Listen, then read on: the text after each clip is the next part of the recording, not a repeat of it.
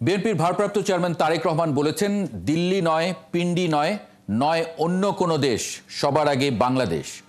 এই স্লোগান আত্মস্থ করার পাশাপাশি দলীয় নেতাকর্মীদের জাতীয়তাবাদী আদর্শে ঐক্যবদ্ধ থাকার আহ্বান জানিয়েছেন তিনি। তারেক রহমান আরও বলেন, ত্রাণ নয়, দেশের জন্য প্রয়োজন নির্বাচন। তাই নির্বাচন নিয়ে আর টালবাহানা চলবে না। নয়াপল্টনে তারুণ্যের সমাবেশে তিনি এসব কথা বলেন। শফিকুল হকের প্রতিবেদন।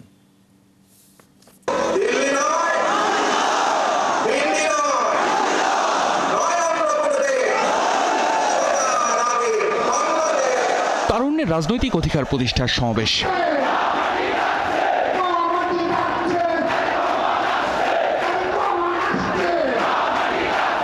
যুবদল, স্বেচ্ছাসেবক দল ও ছাত্রদলের মাসব্যাপী ব্যতিক্রমী আয়োজনের শেষ কর্মসূচি ছিল রাজধানী ঢাকায়। ঢাকা ছাড়াও সাংগঠনিক বিভাগের অন্তর্ভুক্ত সিলেট, ফরিদপুর ও ময়মনসিংহ বিভাগের তরুণরাও যোগ দেন সমাবেশে। লাখো তরুণের ঢলে জনসমুদ্রে রূপ নেয় নয়াপল্টন সহ আশপাশের সব এলাকা। সমাবেশের মধ্যমণি বিএনপির আগামী দিনের কাণ্ডারি দলের ভারপ্রাপ্ত চেয়ারম্যান তারেক রহমান। লন্ডন থেকে ভার্চুয়ালি যুক্ত হয়ে তরুণদের জানালেন, ভবিষ্যতে কেমন বাংলাদেশ চায় তার দল। জনগণের রায় বিএনপি রাষ্ট্র পরিচালনার দায়িত্ব পেলে সরকার গঠন করার প্রথম দিন থেকেই বিভিন্ন সেক্টর ভিত্তিক কর্মসংস্থান সৃষ্টির পরিকল্পনা বাস্তবায়ন হবে। যে সরকার আইনের প্রতি শ্রদ্ধাশীল নয়, তারা কতটুকু সংস্কার করতে পারবে সে প্রশ্ন তোলেন তারেক রহমান। নিরপেক্ষতাই সরকারের পুঁজি হওয়া উচিত বলেও মন্তব্য তার। যারা আইনের প্রতি শ্রদ্ধা দেখায় না, যারা আদালতের নির্দেশকে অবজ্ঞা করে, তাদের কাছ থেকে আমরা কতটুকু সংস্কার আশা করতে পারি? আজ আমরা আবারও স্বৈরাচারী মানসিকতার বহিঃপ্রকাশ দেখতে পাচ্ছি। প্রিয় তরুণ প্রজন্মের ভাই বোনেরা, নিরপেক্ষতা এবং বিশ্বাসযোগ্যতাই কিন্তু অন্তর্বর্তীকালীন সরকারের প্রধান পুঁজি। তাই তাদের প্রতি আমাদের আহ্বান থাকবে, তাদের প্রতি আমাদের পরামর্শ থাকবে।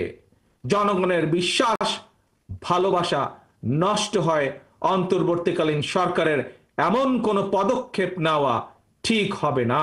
ক্ষমতায় থাকতে চাইলে পদত্যাগ করে নির্বাচিত হয়ে আসার আহ্বান জানান বিএনপির এই শীর্ষ নেতা। আবারও বললেন, মানুষ জবাবদিহিমূলক সরকার দেখতে চায়। সংস্কার ইস্যুর পাশাপাশি জাতীয় নির্বাচন অনুষ্ঠানের জন্য অন্তর্বর্তীকালীন সরকারের দৃশ্যমান প্রস্তুতি নেওয়া উচিত বলে আমরা বিশ্বাস করি বা আমরা মনে করি। আগামী ডিসেম্বরের মধ্যেই জাতীয় নির্বাচন অনুষ্ঠিত হতে হবে। এ সময় তরুণ নেতাকর্মীদের নির্বাচনের প্রস্তুতি নেওয়ারও আহ্বান জানান বিএনপির ভারপ্রাপ্ত চেয়ারম্যান তারেক রহমান। আপনারা জাতীয় নির্বাচন অনুষ্ঠান যাতে অনুষ্ঠিত হয় তার প্রস্তুতি নিতে শুরু করুন।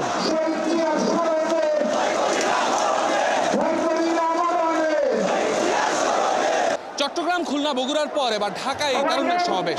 আগামীর বাংলাদেশ বিনির্মাণে তারুণ্যের অংশগ্রহণ আর মতামতকে যেমন গুরুত্ব দিল বিএনপি, তেমনি ভোটাধিকার নিশ্চিতে নির্বাচন চাইলেন বিএনপির শীর্ষ নেতা। কারণ সেই নির্বাচিত রাজনৈতিক সরকার হবে জবাবদিহিমূলক সরকার, যারা চাইলেই স্বৈরাচার হয়ে উঠতে পারবে না। শফিকুল হক, ৭১, ঢাকা। এখন দেশে মোট ভোটারের সংখ্যা ১২,৩৭,৩২,০০০। এর মধ্যে ১৮ থেকে ৩৩ বছর বয়সীদের সংখ্যা ৪ কোটিরও বেশি, যা মোট ভোটারের প্রায় ১/৩। তাই দেশ গঠনে তো বটেই, নির্বাচনী রাজনীতিতেও তরুণদের মতামতই নির্ধারণ করবে সবকিছু। আর সেজন্যই কিনা নয়াপল্টনে বিএনপির ৩ সহযোগী সংগঠন ছাত্রদল, যুবদল ও স্বেচ্ছাসেবক দলের তারুণ্যের রাজনৈতিক অধিকার প্রতিষ্ঠার সমাবেশে তারেক রহমান তার দলের তরুণদের নানা নির্দেশনা দেন। কথা বলেন আগামী নির্বাচন, অন্তর্বর্তী সরকার এবং চলমান রাজনীতি নিয়ে। আমরা আজ এই সমাবেশের বিষয়ে কথা বলবো। আজ আমাদের সঙ্গে আছেন ঢাকা মহানগর উত্তর যুবদলের সভাপতি সাজ্জাদুল মিরাজ এবং বাংলাদেশ জাতীয়তাবাদী ছাত্রদলের সাংগঠনিক সম্পাদক মোহাম্মদ আমানুল্লাহ আমান। আপনাদের স্বাগত জানাচ্ছি সংবাদযোগে। আমানুল্লাহ আমান, সারা দেশে আপনারা এই ধরনের তারুণ্যের সমাবেশ করেছেন বেশ কয়েকটি বিভাগীয় শহরগুলোতে, গুরুত্বপূর্ণ শহরগুলোতে। আজকে আমরা দেখলাম আপনারা ঢাকায় এই তারুণ্যের সমাবেশের আয়োজন করলেন। ছাত্রদল আসলে এই সমাবেশ থেকে কি নির্দেশনা নিয়ে ফিরল?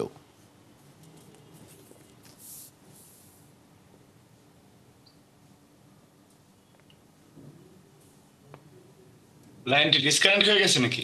জি, আমানুল্লাহ আমান, আপনি আমাকে শুনতে পাচ্ছেন? শুনতে পাচ্ছি, কিন্তু লাইনে আছো তুমি? স্ক্রিনে আমাকে দেখতে পাচ্ছি না। ধন্যবাদ আপনাকে। যে উদ্দেশ্যে যে তারুণ্যের রাজনৈতিক অধিকার প্রতিষ্ঠার সমাবেশ আমাদের বিএনপির ভারপ্রাপ্ত চেয়ারম্যান নির্দেশনা দিয়েছিলেন বিএনপির সবচেয়ে গুরুত্বপূর্ণ 3টি অঙ্গ এবং সহযোগী সংগঠনের, সেটি আমরা মনে করি যে অত্যন্ত সফলভাবে আজকে ঢাকায় তারুণ্যের রাজনৈতিক অধিকার প্রতিষ্ঠার সমাবেশের মাধ্যমে শেষ হলো।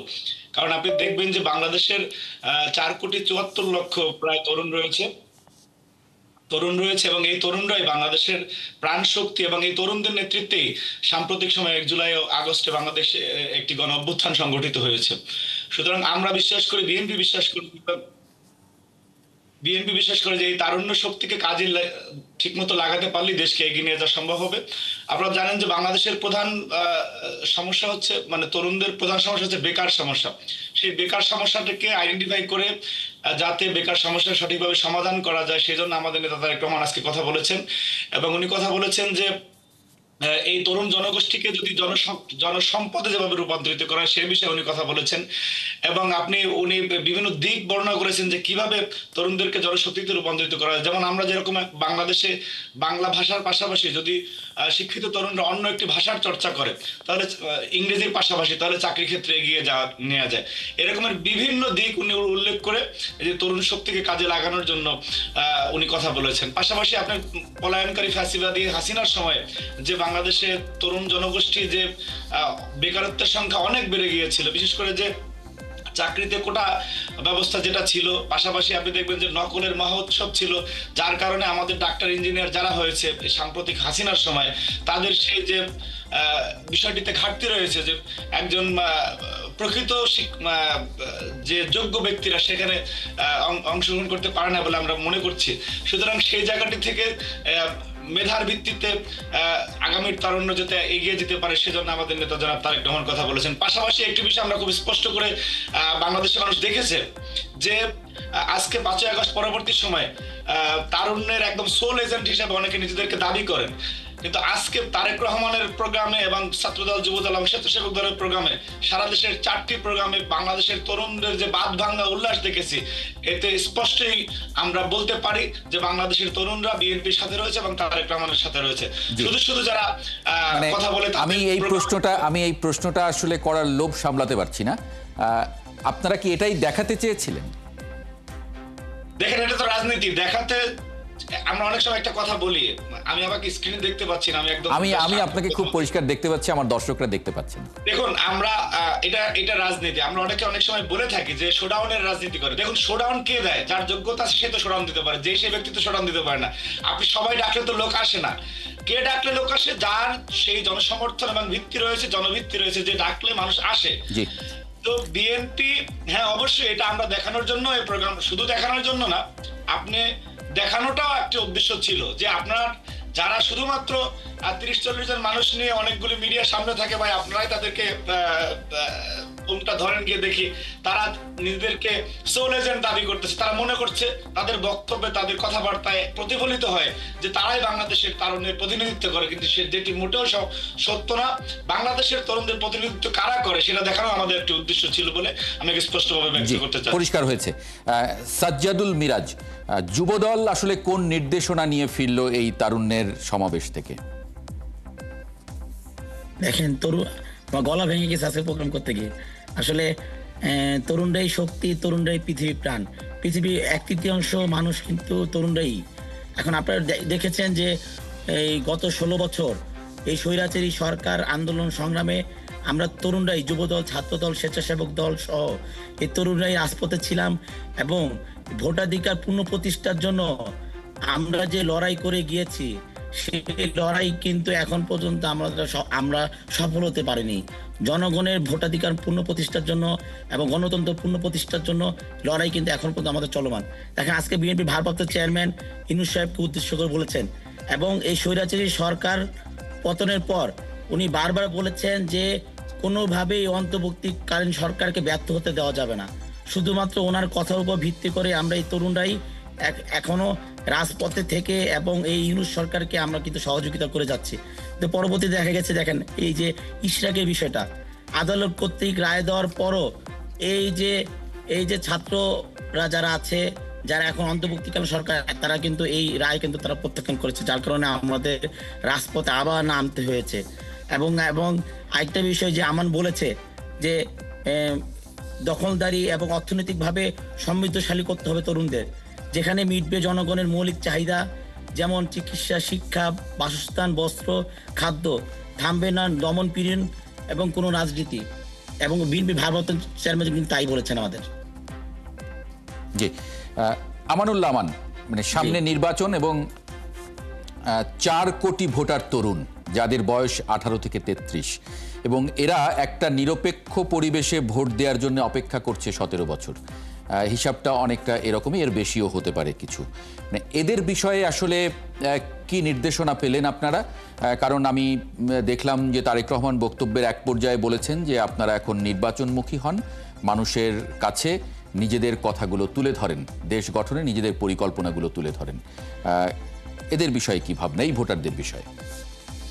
আপনাকে ধন্যবাদ যে এটি অত্যন্ত গুরুত্বপূর্ণ কথা বলেছেন আপনি। আমরা গত 3টি জাতীয় নির্বাচনে, সেই 14, 18 এবং 24-এর সর্বশেষ যে আমিরামি নির্বাচন হলো, এই কোন নির্বাচনে বাংলাদেশের এখন যে প্রায় 4,74,00,000 মতো তরুণ রয়েছে, আমার কেউই ভোট দিতে পারে না। সুতরাং তরুণদের যে রাজনৈতিক অধিকার প্রতিষ্ঠার যে বিষয়টি রয়েছে, সেখানে মুখ্য এবং অন্যতম বিষয় হচ্ছে সে ভোটাধিকার প্রতিষ্ঠা করা।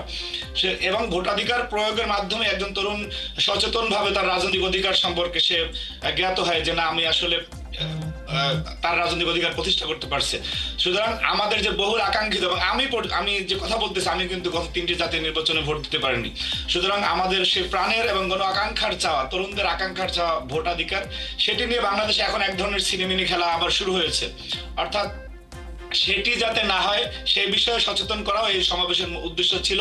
এবং আমরা দৃঢ়ভাবে বিশ্বাস করি যে এই তরুণরা তাদের ভোটাধিকার প্রয়োগের জন্য, আমরা আশা করি বাংলাদেশ এমন কোনো পরিস্থিতি তৈরি হবে না যে আমাদেরকে আবার রাস্তায় নামতে হয়, সেটা আমাদের জন্য অনেক দুঃখজনক হবে। আমরা বিশ্বাস করি তো তারুণ্যের এই যে চাওয়াকে মাথায় নিয়ে অন্তর্বর্তীকালীন সরকার একটি দ্রুততম সময়ের ভিতরে, যেটি আমাদের নেতা জনাব তারেক রহমান বলেছেন, যে ডিসেম্বরের ভিতরে একটি জাতীয় নির্বাচন অনুষ্ঠিত করা। এবং তরুণরা সেই 24 জুলাই গণ অভ্যুত্থানে প্রবল প্রতিরোধের মাধ্যমে ফ্যাসিবাদের বিরুদ্ধে নেমে পড়েছিল, তারা ভোটাধিকার প্রয়োগের মাধ্যমে তাদের জনপ্রতিনিধি নির্বাচন করবে। এবং আমরা মনে করি যে একটি তারুণ্য নির্ভর সংসদ আমরা দেখব এবং তারুণ্য নির্ভর বাংলাদেশ আমরা দেখব, যেটা আমাদের প্রত্যাশার অংশ। সুতরাং সেই জায়গাটিতে যদি যাতে গভীরভাবে সরকার অনুধাবন করে, এবং এই সরকারের যারা আশীর্বাদ পুষ্ট দল হিসেবে আমরা দেখছি এনসিপি, সেখানেও তো একটা তরুণদের অংশগ্রহণ রয়েছে।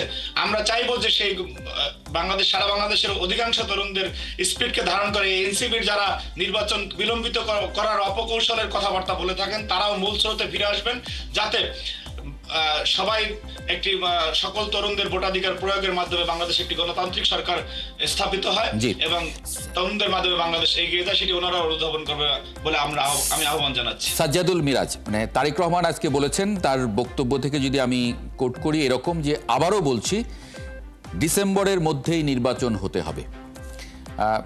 কিন্তু আজকে আমরা দেখেছি, আজকেও গণমাধ্যমে খবর হয়েছে, প্রধান উপদেষ্টা জাপানে বলেছেন যে কোনো পরিস্থিতিতে ডিসেম্বর থেকে আগামী বছরের জুনের মধ্যে বাংলাদেশে সাধারণ নির্বাচন অনুষ্ঠিত হবে। আমরা এটা নিয়ে বেশ কিছুদিন ধরেই একটা রাজনৈতিক মানে বাদানুবাদ দেখছি, কথার লড়াই দেখছি। সেই জায়গা থেকে আসলে কি বার্তা পেলেন আজকের সমাবেশে? দেখেন, এই অন্তর্বর্তীকালীন সরকার প্রথম থেকে আমাদেরকে একবার বলেছিল যে ডিসেম্বরের মধ্যে নির্বাচন দিবে। ওনাদের একটা অবস্থা দেখা যাচ্ছে যে নির্বাচনের কথা বললেই কেমন জানি জ্বর চলে আসে তাদের। নির্বাচনকে তারা এতই ভয় পায় যে নির্বাচন, দেখেন এই 16 বছর কিন্তু আমরা এই রাজপথে 3টা নির্বাচন গেছে স্বৈরাচারী সরকার। একটা হলো যে আগের দিনে রাত্রে ভোট দিয়ে তারপর জোরপূর্বক এই যে মানে ব্যালট বাক্স চুরি করে 3বার নির্বাচন 3 রকম ভাবে গিয়েছে। এখন আমরা এই 16 বছর কিন্তু রাজপথে ছিলাম এই গণতন্ত্র এবং ভোটাধিকার মানুষের প্রতিষ্ঠা করার জন্যই। এখনো দেখেন যে আবারও কিন্তু একই দাবি নিয়ে আমরা আবার রাজপথে নামতে হবে। আমাদের ভারপ্রাপ্ত চেয়ারম্যান কিন্তু একটা হুঁশিয়ার কণ্ঠে বলে দিয়েছেন যে ডিসেম্বরের মধ্যে যেভাবে হোক নির্বাচন হতে হবে। তারা বলতেছে জানুয়ারি, একবার বলেছে ডিসেম্বর, এখন বলছে জানুয়ারি। যেটা আমি একটু আগে বললাম যে নির্বাচনের কথা শুনলেই তাদের জ্বর চলে আসে। কেন এই ধরনের কালপক্ষণ কেন করতেছে এই সরকার, আমি বুঝতে পারতেছি না। আমান বলেছে যে এমন কোনো পরিস্থিতি হয় না যেন আমাদের রাজপথে কিন্তু আবার নামতে হয়, কারণ আমাদের এই রাজপথে 16 বছরের রাজপথে থাকার অভিজ্ঞতা কিন্তু আমাদের আছে। যুব দল, ছাত্র দল, স্বেচ্ছাসেবক দল সহ সকল অঙ্গ সংগঠনে কিন্তু রাজপথে থাকার অভিজ্ঞতা আমাদের আছে। সুতরাং আমরা এই ধরনের কোনো অভিজ্ঞতা নতুন করে কাজে লাগাতে চাই না। আমরা চাই যে বাংলাদেশ একটি সমৃদ্ধিশালী দেশ হোক, নতুনভাবে এই জন্য নতুন করে দেশটা আমরা যেন করতে পারি। আমরা দেশে আর কোনো আন্দোলন চাই না। আমরা চাই যে অন্তর্বর্তীকালীন সরকার খুব সুন্দরভাবে এবং মানুষের ভোটাধিকার প্রতিষ্ঠার জন্য যে লড়াই 16 বছর মানুষ করেছে। আপনি দেখেন আওয়ামী লীগের সময় যে একটা ছাত্রলীগ নেতা ভোট দিতে গিয়েছে, সে তার ভোটটা দিতে পারে নাই। সে একেবারে কষ্টে বলেছে যে আমি ছাত্রলীগ করি, আমার নিজের ভোটটা আমি দিতে পারি নাই। মানে কি পরিমাণ ভোট জালিয়াতি এবং কি পরিমাণ হয়েছে। সুতরাং এই তরুণরা, আমি চাই যে তরুণরা ভোট দেখ। এই গত 3টা নির্বাচনে তরুণরা কিন্তু কেউ ভোট দিতে পারে নাই, যার কারণে এই বিএনপি ভারপ্রাপ্ত চেয়ারম্যান জনাব তারেক রহমান বলেছেন যে তরুণদের নিয়ে নতুন করে আবার দেশ গড়ার অঙ্গীকার করেছেন। জি, আমানুল্লাহ আমান, আপনাদের উদ্দেশ্যে আজকে তারেক রহমান তার বক্তব্যে বলেছেন যে জনগণের কাছে যান, তারা কি বলতে চায় তা মন দিয়ে শুনুন, এবং সে অনুযায়ী নির্বাচনের প্রস্তুতি নিন। অর্থাৎ আপনারা নির্বাচনের পথে কার্যক্রম শুরু করে দিয়েছেন, এই ধরনের ধারণা আমরা পেতে পারি কিনা, এবং সেটা যদি হয় তাহলে নির্বাচন কোন সময়ে ধরে আপনারা আসলে এগিয়ে যাচ্ছেন, আজকের সভা থেকে আসলে কি বার্তাটা নিচ্ছেন? দেখুন, আমাদের নেতা জনাব তারেক রহমান বলেছেন যে ডিসেম্বরের মধ্যে নির্বাচন অনুষ্ঠিত হতে হবে, এবং এটি অত্যন্ত প্রাসঙ্গিক এবং উনি যুক্তিযুক্ত বলেছেন। এবং এই অন্তর্বর্তীকালীন সরকার প্রথম থেকে ওনাদের যে ভাষা শব্দচয়ন ছিল সেটা ওই ডিসেম্বর কেন্দ্রিকই ছিল। সুতরাং আমাদের ওনাদের কাছে অনুরোধ থাকবে যে কোনো এজেন্ডা বাস্তবায়ন করতে গিয়ে কারো কোনো ভুল পরামর্শক্রমে, উনি একজন বিবেকবান এবং খ্যাতিমান মানুষ প্রফেসর ইউনূস, ওনাকে আমরা সম্মান করি, এবং আমাদের নেতা জনাব তারেক রহমান প্রথম দিন থেকেই বলেছেন কোনোভাবেই এই অন্তর্বর্তী সরকারকে ব্যর্থ হতে দেওয়া যাবে না, এবং সেই প্রক্রিয়াটিতে আমরা রয়েছি। কিন্তু আপনি দেখবেন যে এই বিশেষ করে জামায়াত ইসলামী সহ অন্যান্য যে এনসিপি, এরা প্রথম থেকে এবং এখন পর্যন্ত তথাকথিকারের কথা বলে, নির্বাচন পেছনের কথা বলে, কিন্তু সর্বপ্রথম প্রার্থী দিয়েছে কিন্তু জামাত, এবং সব জায়গায় প্রার্থী সেট করা এনসিপি, ওনারাও কিন্তু কাজ করতে গেছে, কিন্তু বিএনপি নির্বাচনের কথা বললেই দোষ। কিন্তু আমরা একটি যৌক্তিক সময় পর্যন্ত ওনাদের সহযোগিতা করতে চাচ্ছি এবং করে যাব। কিন্তু যদি আমরা দেখি যে তাদের আচরণের মধ্যে অন্য ইন্টেনশন রয়েছে এবং বাংলাদেশকে আরেকটি অস্থিতিশীল দিকে নিয়ে যাওয়ার জন্য ওনাদের একটি অপপ্রয়াস মনে জাগছে, তাহলে অবশ্যই আমরা নির্বাচনের দাবিতে আমাদেরকে মাঠে নামতে হবে। কিন্তু আমরা বিশ্বাস করি যে বিএনপির মতো এত বড় রাজনৈতিক দল সহ অপরাপর যারা বাংলাদেশপন্থী যে দলগুলো রয়েছে, তাদেরও দাবি যে ডিসেম্বরের মধ্যে নির্বাচন হবে, এবং এই বিষয়টি মাথায় নিয়ে প্রফেসর ইউনূসের অন্তর্বর্তীকালীন সরকার ডিসেম্বরের মধ্যে নির্বাচন অনুষ্ঠানের জন্য যে যা আয়োজন করা দরকার ওনারা করবেন ইনশাআল্লাহ। এবং সেই আমি মনে করি না যে বাংলাদেশে আর কোনো ধরনের কোনো অস্থিরতা এই বিষয় নিয়ে তৈরি হবে, কারণ ওনাদের আরেকটি কথা দেখেন যে সংস্কারের কথা বলা হচ্ছে, এটা একটা অনেকটা ফ্যাসিজমের স্টাইলের মতো। যে ওই সময় আমরা দেখেছি হাসিনার মানে নির্বাচনের কথা বললেই দেখা গেছে উন্নয়নের একটা বিষয় সামনে নিয়ে আসতো, উন্নয়ন না নির্বাচন, এই ধরনের কথাবার্তা নিয়ে আসতো। আজকে দেখতে পাচ্ছি নির্বাচনের কথা বলে সংস্কারের কথা নিয়ে আসছে, এটা অত্যন্ত দুঃখজনক। কি সংস্কার হচ্ছে? সেনাপ্রধানের কথা যদি আপনি কোট করে বলেন যে উনিও দেখতে পাচ্ছেন, আমরাও দেখতে পাচ্ছি না, আপনারাও দেখতে পাচ্ছেন না, কি সংস্কার হচ্ছে? সুতরাং এই ধরনের সংস্কার আমরা চাই না, দৃশ্যমান সংস্কার চাই। আমাকে শেষ করতে বলা হচ্ছে, পরে খেলাযোগ অপেক্ষা করছে। অনেক ধন্যবাদ মোহাম্মদ আমানুল্লাহ আমান এবং সাজ্জাদুল মিরাজ, আপনাদের দুজনকে যুক্ত হবার জন্য আজকে সংবাদযোগে। এই ছিল আজকের সংবাদযোগে। আগামীকাল ঠিক রাত 10টায় আবারও দেখা হবে নতুন কোনো বিষয় এবং তার বিশ্লেষণ নিয়ে। ৭১-এর সঙ্গেই থাকুন।